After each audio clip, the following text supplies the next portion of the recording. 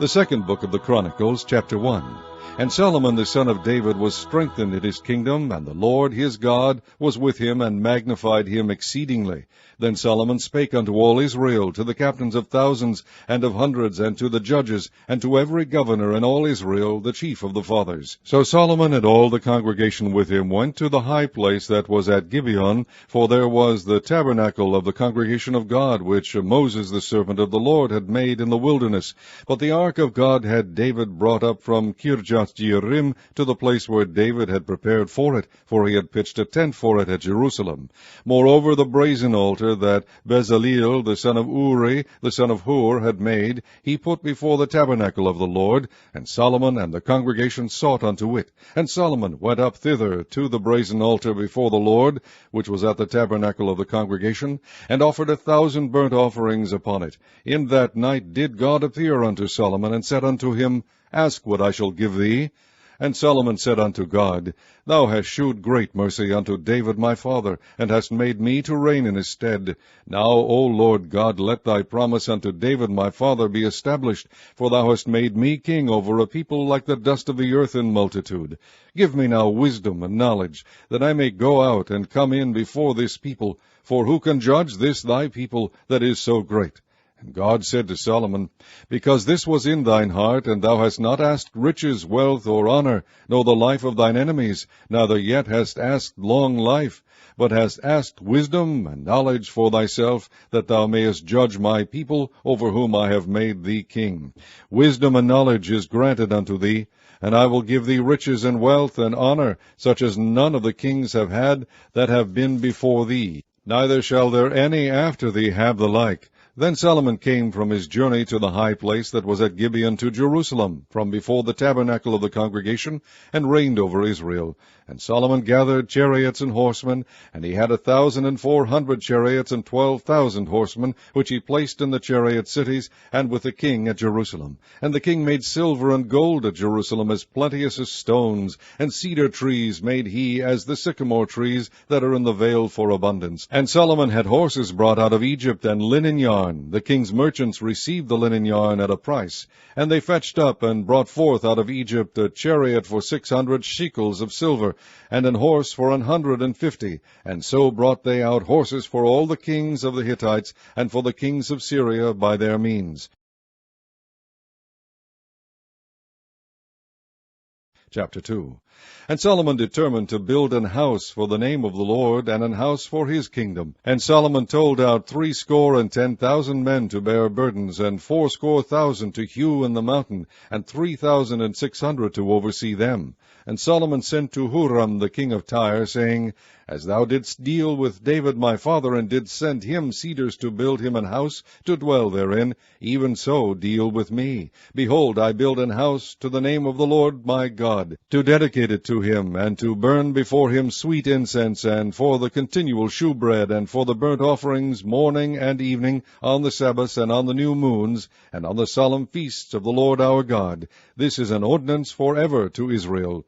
And the house which I build is great, for great is our God above all gods. But who is able to build him an house, seeing the heaven and heaven of heavens cannot contain him? Who am I then, that I should build him an house, save only to burn sacrifice before him? Send me now, therefore, a man cunning to work in gold, and in silver, and in brass, and in iron, and in purple, and crimson, and blue, and that can skill to grave with the cunning men that are with me in Judah and in Jerusalem, whom David my father did provide. Send me also cedar trees, fir trees, and algum trees out of Lebanon, for I know that thy servants can skill to cut timber in Lebanon, and behold, my servants shall be with thy servants, even to prepare me timber in abundance. For the house which I am about to build shall be wonderful great. And behold, I will give to thy servants, the hewers that cut timber, 20,000 measures of beaten wheat, and 20,000 measures of barley, and 20,000 baths of wine, and 20,000 baths of oil. Then Huram the king of Tyre answered in writing, which he sent to Solomon, Because the Lord hath loved his people, he hath made thee king over them. Huram said moreover, Blessed be the Lord God of Israel, that made heaven and earth, who hath given to David the king a wise son, endued with prudence and understanding, that might build an house for the Lord, and an house for his kingdom.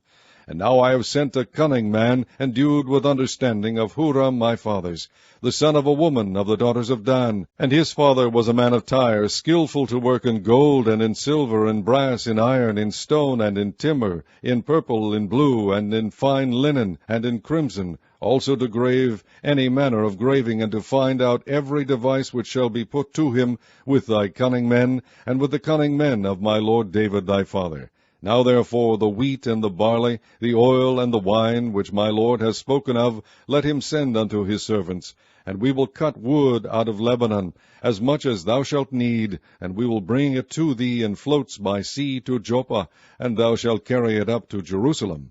And Solomon numbered all the strangers that were in the land of Israel, after the numbering wherewith David his father had numbered them, and they were found 150,000 and 3,600.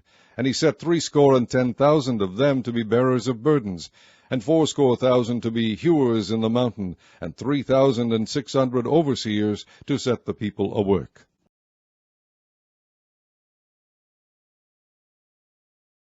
Chapter 3. Then Solomon began to build the house of the Lord at Jerusalem in Mount Moriah, where the Lord appeared unto David his father, in the place that David had prepared in the threshing floor of Ornan the Jebusite. And he began to build in the 2nd day of the 2nd month, in the 4th year of his reign. Now these are the things wherein Solomon was instructed for the building of the house of God. The length by cubits after the first measure was 60 cubits, and the breadth 20 cubits. And the porch that was in the front of the house, the length of it was according to the breadth of the house, 20 cubits, and the height was 120, and he overlaid it within with pure gold. And the greater house he sealed with fir tree, which he overlaid with fine gold, and set thereon palm trees and chains. And he garnished the house with precious stones for beauty, and the gold was gold of Parvaim. He overlaid also the house, the beams, the posts, and the walls thereof, and the doors thereof with gold, and graved cherubims on the walls. And he made the most holy house, the length whereof was according to the breadth of the house, 20 cubits, and the breadth thereof 20 cubits, and he overlaid it with fine gold, amounting to 600 talents. And the weight of the nails was 50 shekels of gold, and he overlaid the upper chambers with gold. And in the most holy house he made 2 cherubims of image work, and overlaid them with gold. And the wings of the cherubims were 20 cubits long. One wing of the one cherub was 5 cubits, reaching to the wall of the house, and the other wing was likewise 5 cubits, reaching to the wing of the other cherub. And one wing of the other cherub was 5 cubits, reaching to the wall of the house. And the other wing was 5 cubits also, joining to the wing of the other cherub. The wings of these cherubims spread themselves forth 20 cubits, and they stood on their feet, and their faces were inward. And he made the veil of blue and purple and crimson, and fine linen, and wrought cherubims thereon. Also he made before the house 2 pillars of 35 cubits high, and the chapiter that was on the top of each of them was 5 cubits. And he made chains as in the oracle, and put them on the heads of the pillars, and made 100 pomegranates, and put them on the chains. And he reared up the pillars before the temple, one on the right hand, and the other on the left, and called the name of that on the right hand Jachin, and the name of that on the left Boaz.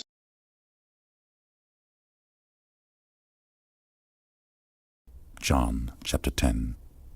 Verily, verily, I say unto you, he that entereth not by the door into the sheepfold, but climbeth up some other way, the same is a thief and a robber.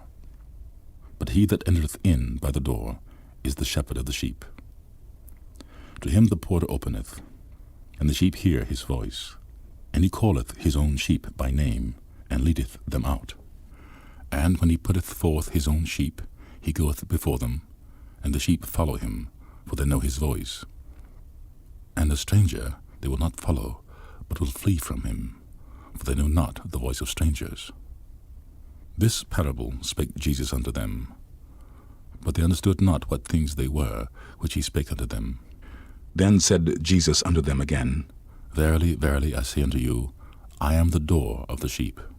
All that ever came before me are thieves and robbers, but the sheep did not hear them. I am the door. By me, if any man enter in, he shall be saved, and shall go in and out, and find pasture. The thief cometh not, but for to steal, and to kill, and to destroy. I am come, that they might have life, and that they might have it more abundantly. I am the good shepherd. The good shepherd giveth his life for the sheep. But he that is an hireling, and not the shepherd, whose own the sheep are not, seeth the wolf coming, and leaveth the sheep, and fleeth. And the wolf catcheth them, and scattereth the sheep. The hireling fleeth, because he is an hireling, and careth not for the sheep. I am the good shepherd, and know my sheep, and am known of mine. As the Father knoweth me, even so know I the Father, and I lay down my life for the sheep. And other sheep I have, which are not of this fold. Them also I must bring, and they shall hear my voice, and there shall be one fold and one shepherd. Therefore doth my Father love me, because I lay down my life, that I might take it again. No man taketh it from me, but I lay it down of myself. I have power to lay it down, and I have power to take it again. This commandment have I received of my Father. There was a division therefore again among the Jews for these sayings. And many of them said, He hath a devil, and is mad. Why hear ye him? Others said, These are not the words of him that hath a devil. Can a devil open the eyes of the blind? And it was at Jerusalem, the feast of the dedication, and it was winter. And Jesus walked in the temple in Solomon's porch.